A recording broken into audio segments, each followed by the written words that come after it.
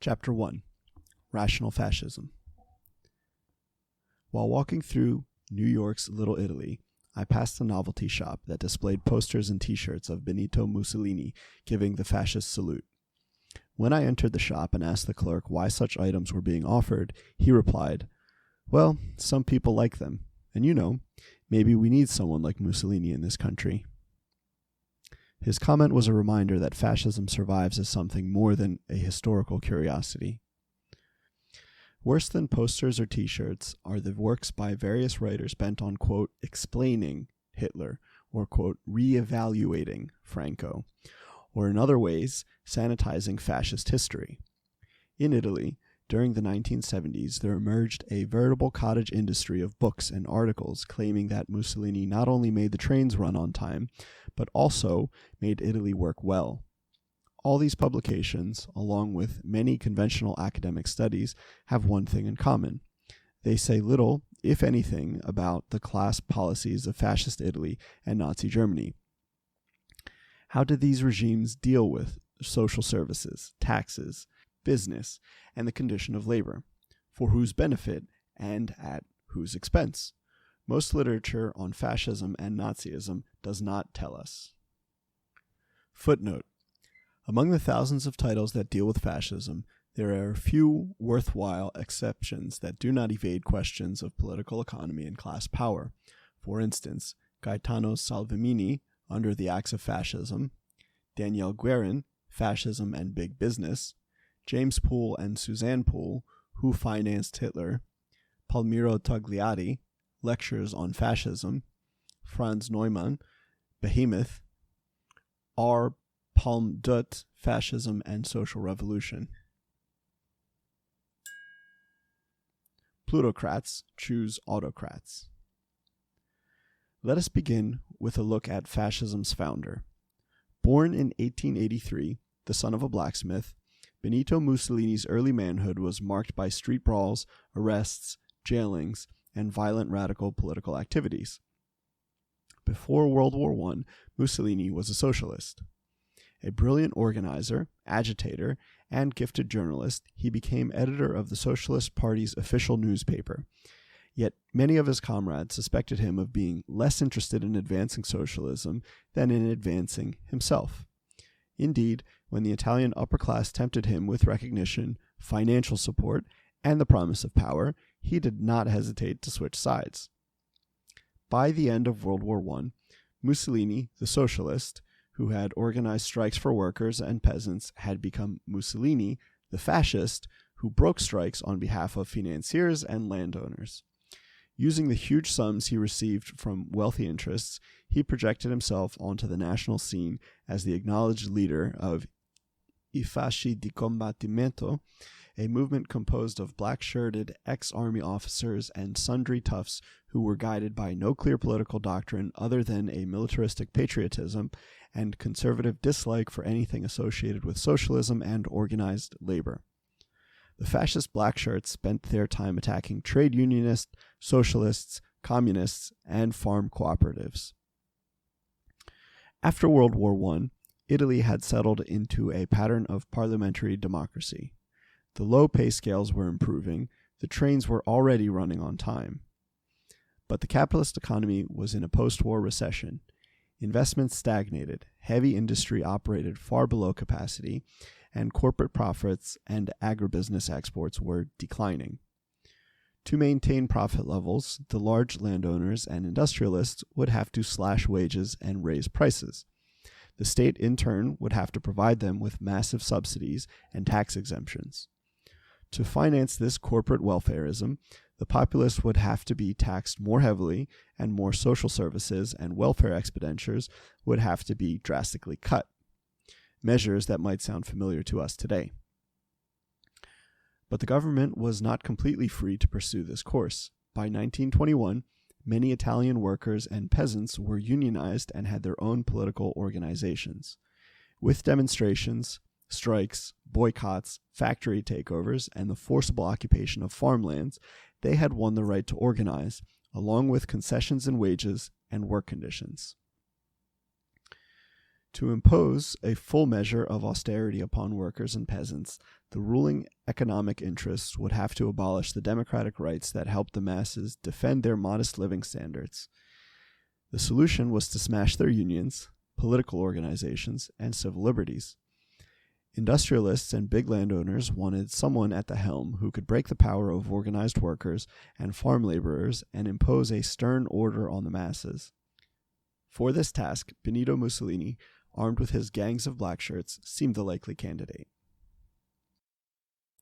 Footnote: between January and May 1921, the fascists destroyed 120 labor headquarters, attacked 243 socialist centers and other buildings, killed 202 workers, in addition to 44 killed by the police and gendarmerie, and wounded 1,144.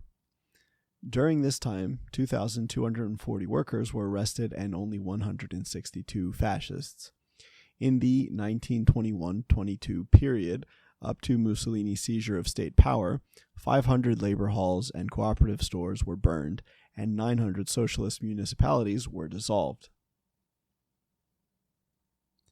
In 1922, the Federazione Industriale, composed of the leaders of industry, along with representatives from the banking and agribusiness associations, met with Mussolini to plan the, quote, March on Rome, contributing 20 million lire to the undertaking. With the additional backing of Italy's top military officers and police chiefs, the fascist, quote, revolution, really a coup d'etat, took place. Within 2 years after seizing state power, Mussolini had shut down all opposition newspapers and crushed the socialist, liberal, Catholic, Democratic, and Republican parties, which together had commanded some 80% of the vote. Labor leaders, peasant leaders, parliamentary delegates, and others critical of the new regime were beaten, exiled, or murdered by fascist terror squadristi. The Italian Communist Party endured the severest repression of all, yet managed to maintain a courageous underground resistance that eventually evolved into armed struggle against the Blackshirts and the German occupation force.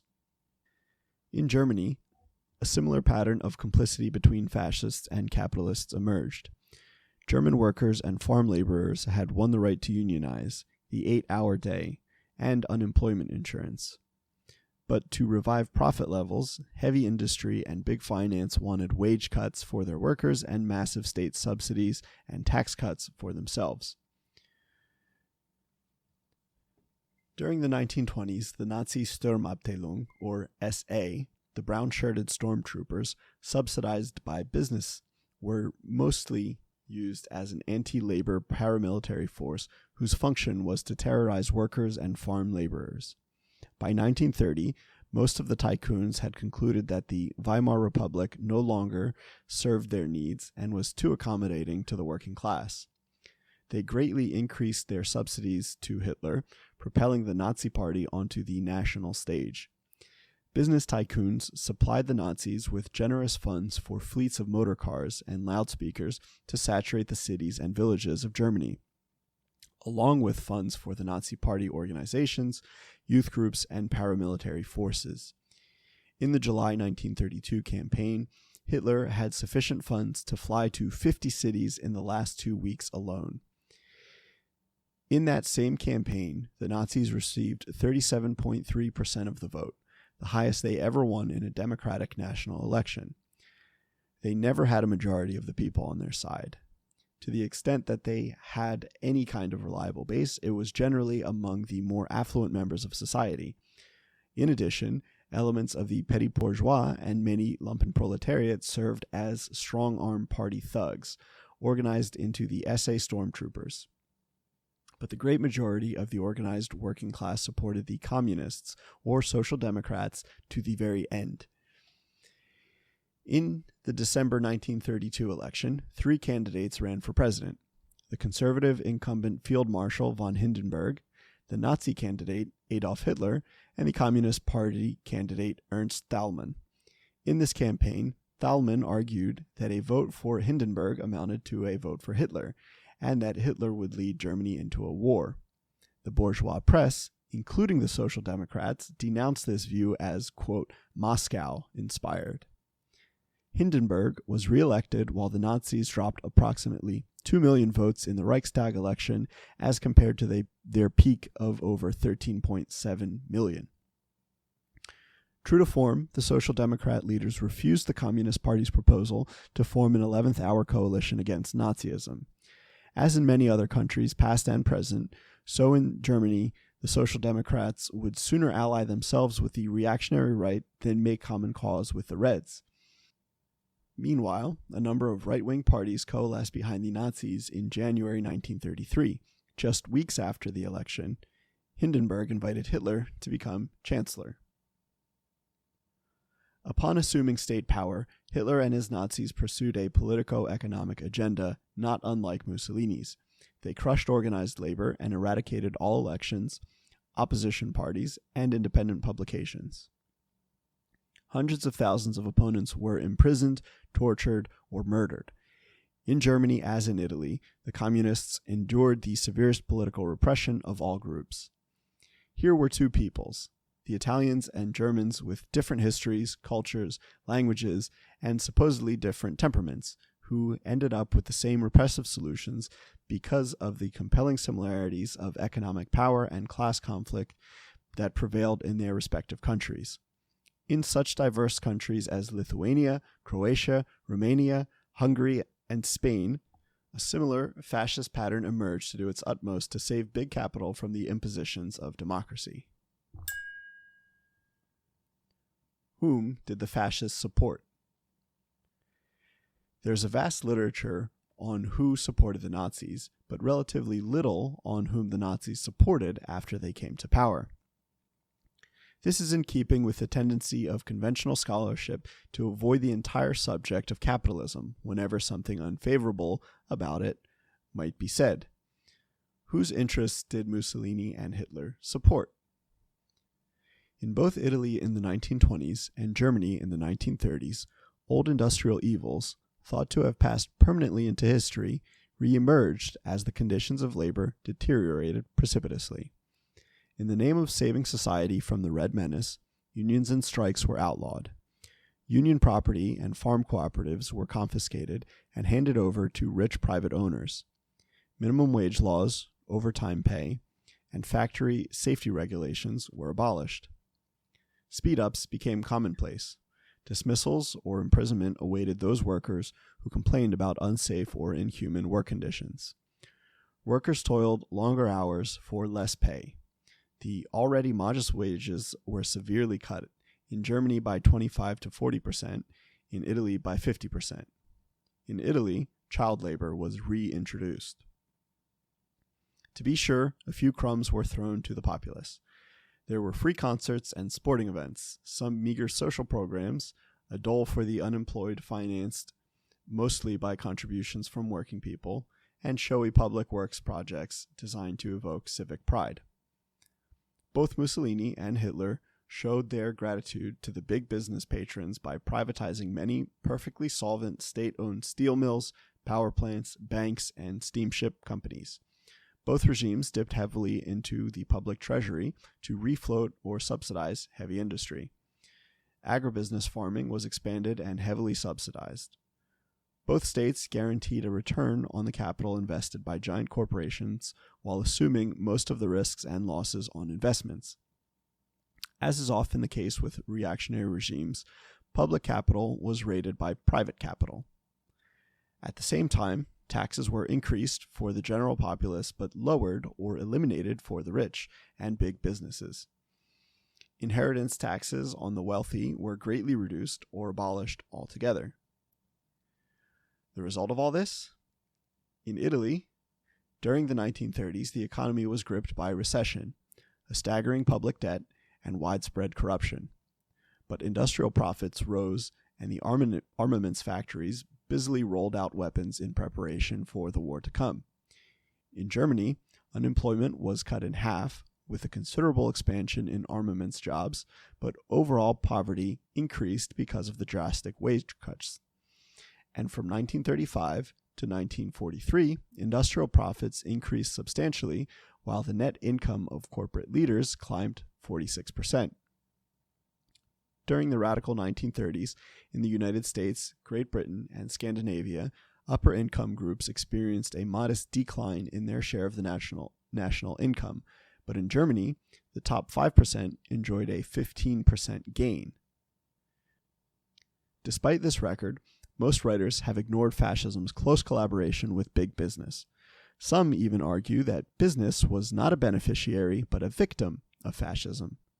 Angelo Codevilla, a Hoover Institute conservative scribe, blithely announced, quote, "If fascism means anything, it means government ownership and control of business," from Commentary 894. Thus, fascism is misrepresented as a mutant form of socialism. In fact, if fascism means anything, it means all-out government support for business and severe repression of anti-business, pro-labor forces. Is fascism merely a dictatorial force in the service of capitalism? That may not be all it is, but that certainly is an important part of fascism raison d'etre, the function Hitler himself kept referring to when he talked about saving industrialists and bankers from Bolshevism. It is a subject that deserves far more attention than it has received. While the fascists might have believed they were saving Plutocrats from the Reds, in fact, the revolutionary left was never strong enough to take power in either Italy or Germany. Popular forces, however, were strong enough to cut into profit rates and interfere with the capital accumulation process. This frustrated capitalism's attempts to resolve its internal contradictions by shifting more and more of its costs onto the backs of the working populace.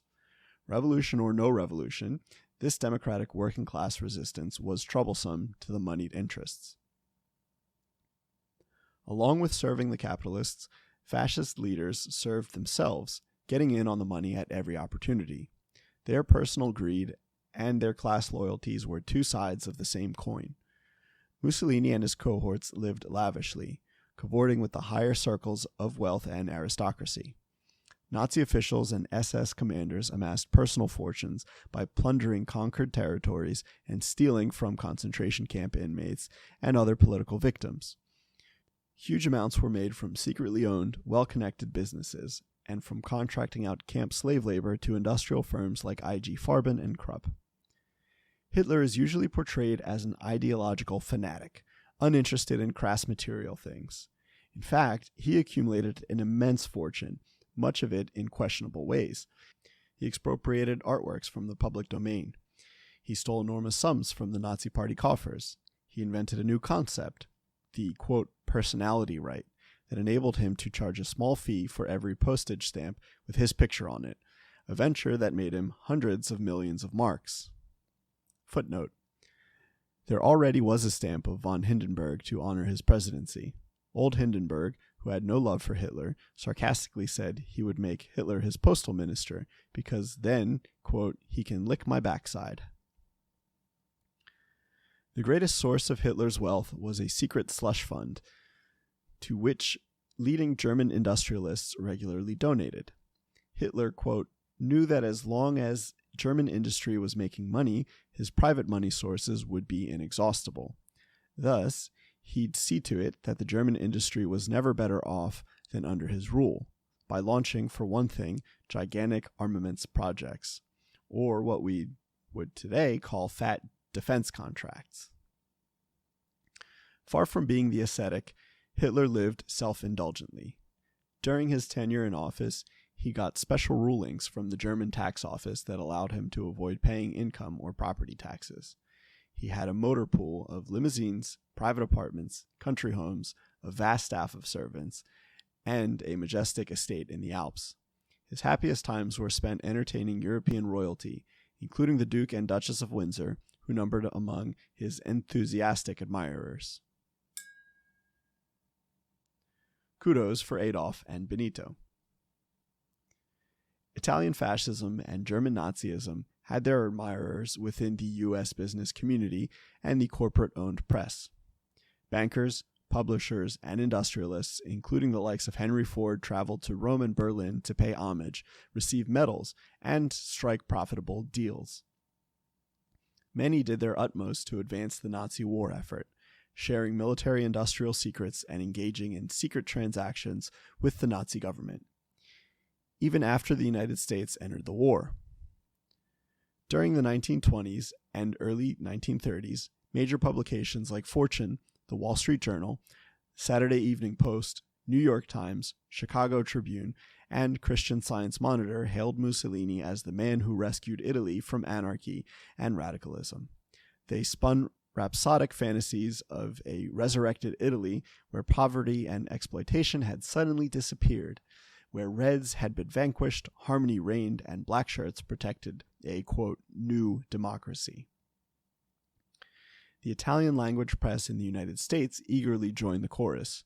The two most influential newspapers, L'Italia of San Francisco, financed largely by A.P. Giannini's Bank of America, and Il Progresso of New York, owned by multimillionaire Generoso Pope, looked favorably on the fascist regime and suggested that the United States could benefit from a similar social order.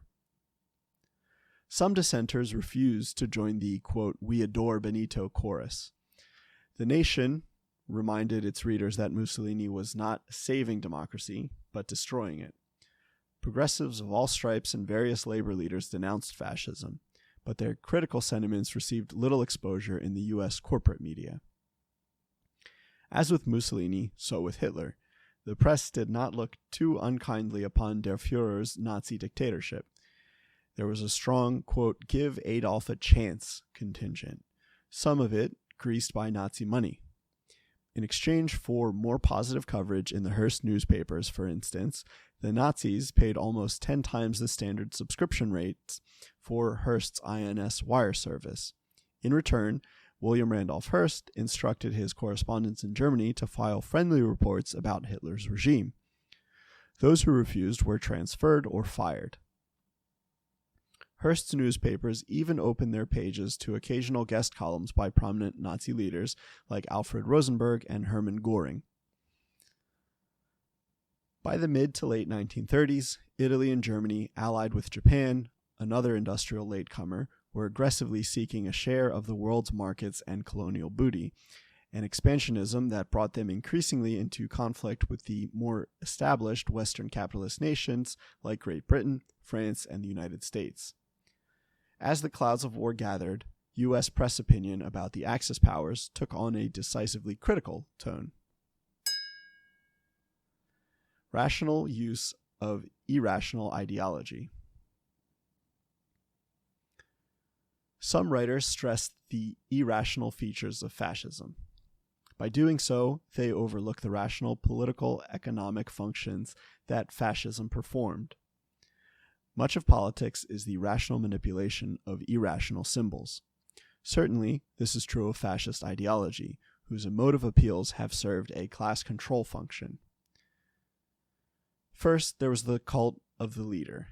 In Italy, Il Duce; in Germany, Der Führerprinzip. With leader worship, there came idolatry of the state. As Mussolini wrote, the fascist conception of life stresses the importance of the state and accepts the individual only insofar as his interests coincide with those of the state. Fascism preaches the authoritarian rule of an all-encompassing state and supreme leader. It extols the harsher human impulses of conquest and domination, while rejecting egalitarianism, democracy, collectivism, and pacifism as doctrines of weakness and decadence. A dedication to peace, Mussolini wrote, is hostile to fascism. Perpetual peace, he claimed in 1934, is a, quote, depressing doctrine. Only in, quote, cruel struggle and conquest do men or nations achieve their highest realization. Quote, through words are beautiful things, he asserted.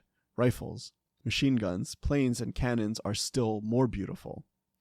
On another occasion, he wrote, war alone puts the stamp of nobility upon the peoples who have the courage to meet it. Ironically, most Italian army conscripts had no stomach for Mussolini's wars, tending to remove themselves from battle once they discovered that the other side was using live ammunition. Fascist doctrine stresses monistic values, ein Volk, ein Reich, ein Führer, one people, one rule, one leader. The people are no longer to be concerned with class divisions, but must see themselves as part of a harmonious whole, rich and poor as one, a view that supports the economic status quo by cloaking the ongoing system of class exploitation. This is in contrast to a left agenda that advocates the articulation of popular demands and a sharpened awareness of social injustice and class struggle. This monism is buttressed by atavistic appeals to the mythical roots of the people. For Mussolini, it was the grandeur that was Rome. For Hitler, the ancient folk. A play written by a pro-Nazi Hans Jost entitled Schlageter and performed widely throughout Germany soon after the Nazis seized power. Hitler attended the opening night in Berlin. Pits folk mysticism against class politics. The enthusiastic August is talking to his father, Schneider. From the play. August. You won't believe it, Papa, but the young people don't pay much attention to these old slogans anymore. The class struggle is dying out. Schneider. So, what do you have then? August. The folk community. And that's the slogan? No, it's an experience. My God, our class struggle, our strikes, they weren't an experience, eh? Socialism, the International. Were they fantasies, maybe?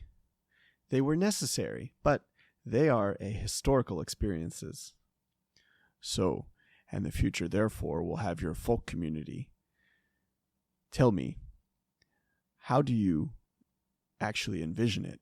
Poor, rich, healthy, upper, lower, all this ceases with you, eh? Look, Papa, upper, lower, poor, rich, that always exists. It is only the importance one places upon that question that's decisive. To us, life is not chopped up into working hours and furnished with price charts. Rather, we believe in human existence as a whole. None of us regards making money as the most important thing. We want to serve. The individual is a corpuscle in the bloodstream of his people. The son's comments are revealing. Quote, the class struggle is dying out. Papa's concern about the abuses of class power and class injustice is facilely dismissed as just a frame of mind with no objective reality. It is even falsely equated with a crass concern for money. Quote, none of us regard making money as important. Presumably, matters of wealth are to be left to those who have it. We have something better, August is saying, a totalistic, monistic experience as a people, all of us, rich and poor, working together for some greater glory. Conveniently overlooked is how the glorious sacrifices are borne by the poor for the benefit of the rich. The position enunciated in that play and in other Nazi propaganda does not reveal an indifference to class. Quite the contrary, it represents a keen awareness of class interests, a well-engineered effort to mask and mute the strong class consciousness that existed among workers in Germany. In the crafty denial, we often find the hidden admission. Patriarchy and pseudo-revolution. Fascism's national chauvinism, racism, sexism, and patriarchal values also served a conservative class interest. Fascist doctrine, especially the Nazi variety, makes an explicit commitment to racial supremacy. Human attributes, including class status, are said to be inherited through blood. One's position in the social structure is taken as a measure of one's innate nature. Genetics and biology are marshaled to justify the existing class structure, not unlike what academics racists today are doing with their, quote, bell curve theories and warmed-over eugenics claptrap. Along with race and class inequality, fascism supports homophobia and sexual inequality. Among Nazism's earliest victims were a group of Nazi homosexuals, leaders of the SA stormtroopers. When complaints about the openly homosexual behavior of SA leader Ernst Röhm and some of his brown-shirted stormtroopers continued to reach Hitler after he seized power, he issued an official statement contending that the issue belonged, quote, purely to the private domain, and that an SA officer's, quote, private life cannot be an object of scrutiny unless it conflicts with basic principles of National Socialist ideology. paramilitary SA had been used to win the battle of the streets against the trade unionists and Reds.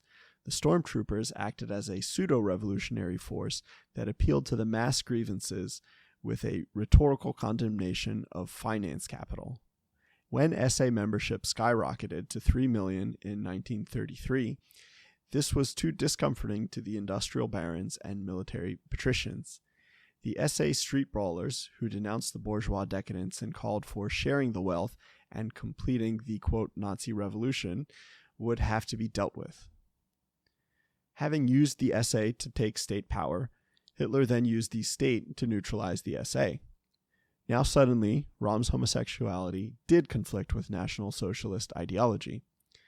In truth, the SA had to be decapitated not because its leaders were homosexual, though that reason was the reason given, but because it threatened to turn into a serious problem.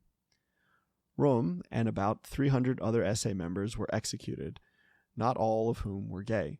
Among the victims was veteran Nazi propagandist Gregor Strasser, who was suspected of leftist leanings. Of course, many Nazis were virulently homophobic.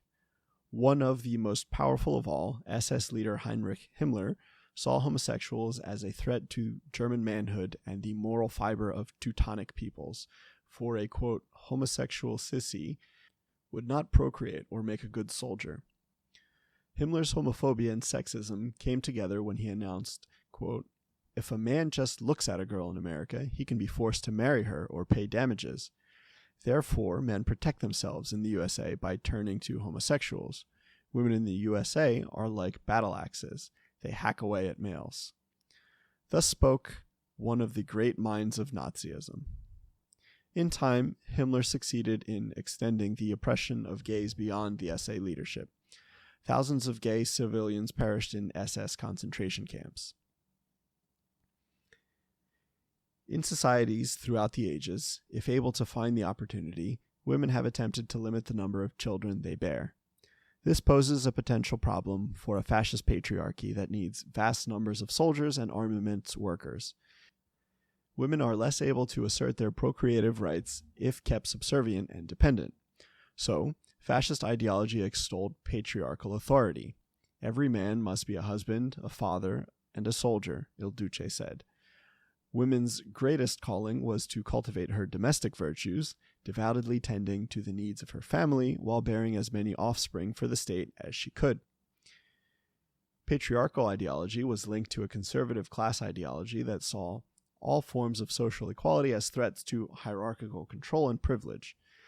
The patriarchy buttressed the plutocracy. If women get out of line, what will happen to the family? And if the family goes, the entire social structure is threatened. What then will happen to the state and to the dominant class's authority, privileges, and wealth? The fascists were big on what today is called, quote, family values, though most of the top Nazi leaders could hardly be described as devoted family men. In Nazi Germany, racism and anti-Semitism served to misdirect legitimate grievances toward convenient scapegoats. Anti-Semitic propaganda was cleverly tailored to appeal to different audiences. Super patriots were told that the Jew was an alien internationalist. Unemployed workers were told that their nemesis was the Jewish capitalist and the Jewish banker. For debtor farmers, it was the Jewish usurer. For the middle class, it was the Jewish union leader and the Jewish communist. Here again, we have a consciously rational use of irrational images. The Nazis might have been crazy, but they were not stupid.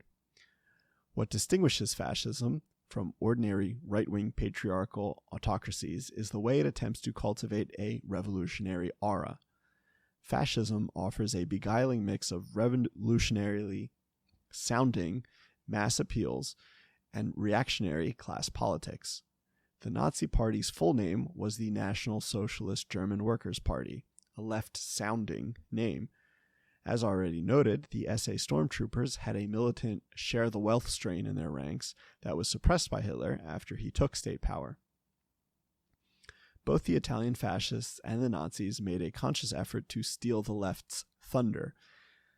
There were mass mobilizations, youth organizations, work brigades, rallies, parades, banners, symbols, and slogans. There was much talk about a, quote, Nazi revolution that would revitalize society, sweeping away the old order and building the new.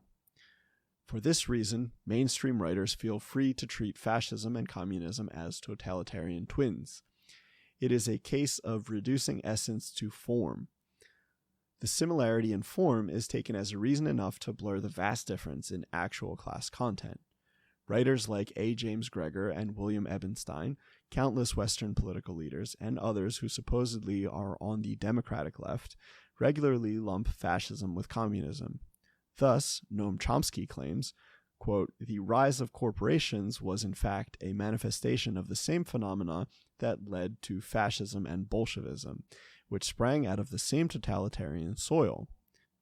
But in the Italy and Germany of that day, most workers and peasants made a firm distinction between fascism and communism, as did industrialists and bankers who supported fascism out of fear and hatred of communism, a judgment based largely on class realities.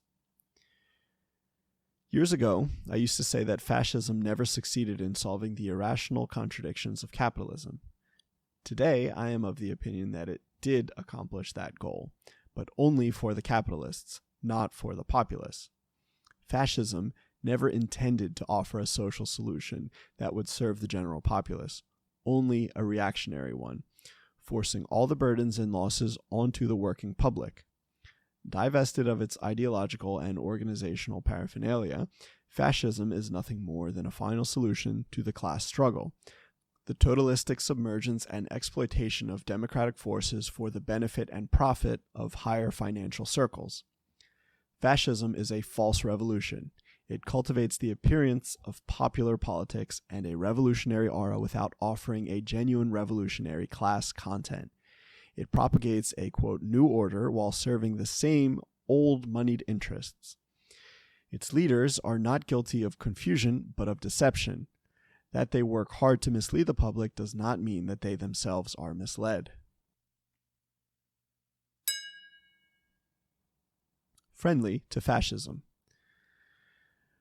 One of the things conveniently overlooked by mainstream writers is the way Western capitalist states have cooperated with fascism.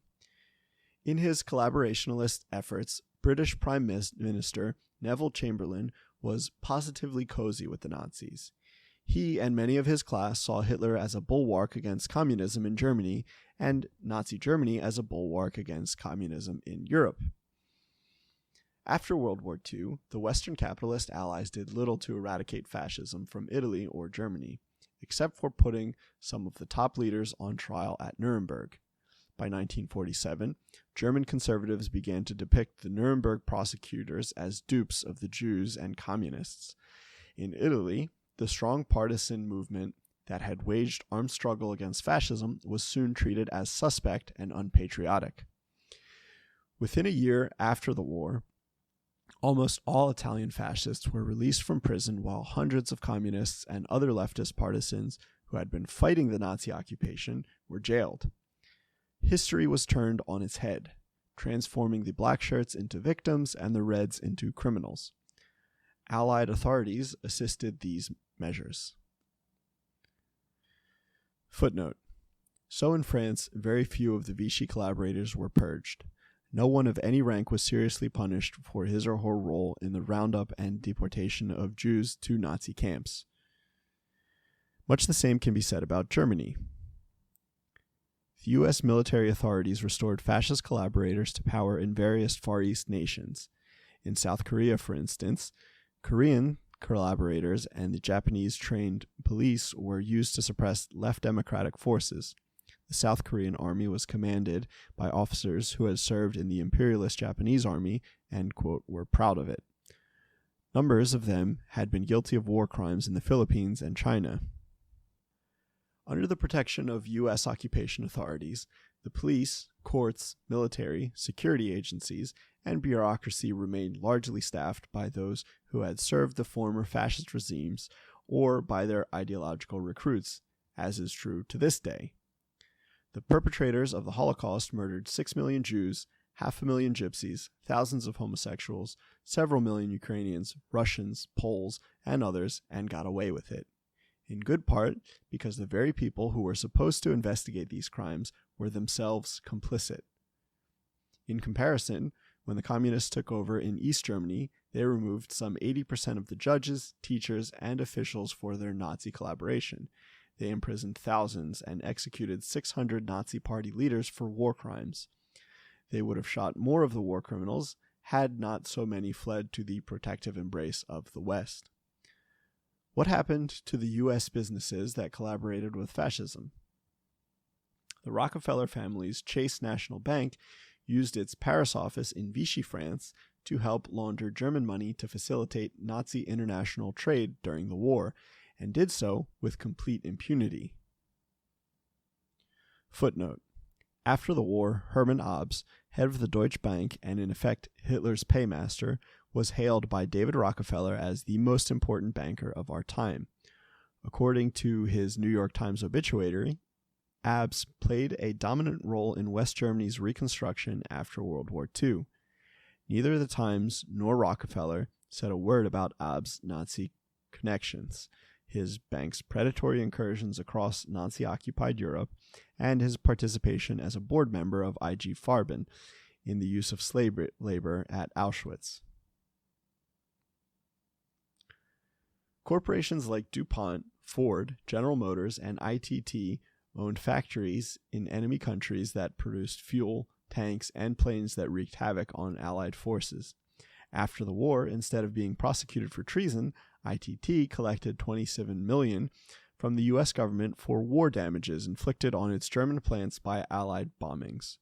General Motors collected over $33 million. Pilots were given instructions not to hit factories in Germany that were owned by U.S. firms. Thus, Cologne was almost leveled by Allied bombings, but its Ford plant, providing military equipment for the Nazi army, was untouched. Indeed, German civilians began using the plant as an air raid shelter. For decades, U.S. leaders have done their part in keeping Italian fascism alive. From 1945 to 1975, U.S. government agencies gave an estimated $75 million to right-wing organizations in Italy, including some with close ties to the neo-fascist Movimento Sociale Italiano, MSI. In 1975, then Secretary of State Henry Kissinger met with MSI leader Giorgio Almirante in Washington to discuss what alternatives might be considered should the Italian communists win the elections and take control of the government. Hundreds of Nazi war criminals found a haven in the United States, either living in comfortable anonymity or actively employed by the U.S. intelligence agencies during the Cold War and otherwise enjoying the protection of high-placed individuals.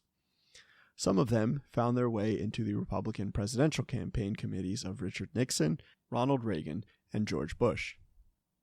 Footnote: one of them, Boleslavs Maikaviskis, a Latvian police chief who fled to West Germany to escape Soviet war crimes investigations and then to the United States, was heavily implicated in the Nazi slaughter of over 200 Latvian villagers. He served for a time on a Republican Party subcommittee to re-elect President Nixon, then fled back to Germany to avoid a belated U.S. war crimes investigation, dying at the ripe old age of 92. Nazi war criminals have been aided by Western intelligence agencies, business interests, the military, and even the Vatican. In October 1944, German paratroop commander Major Walter Redder slaughtered 1,836 defenseless civilians in a village near Bologna, Italy, as a reprisal against partisan activities.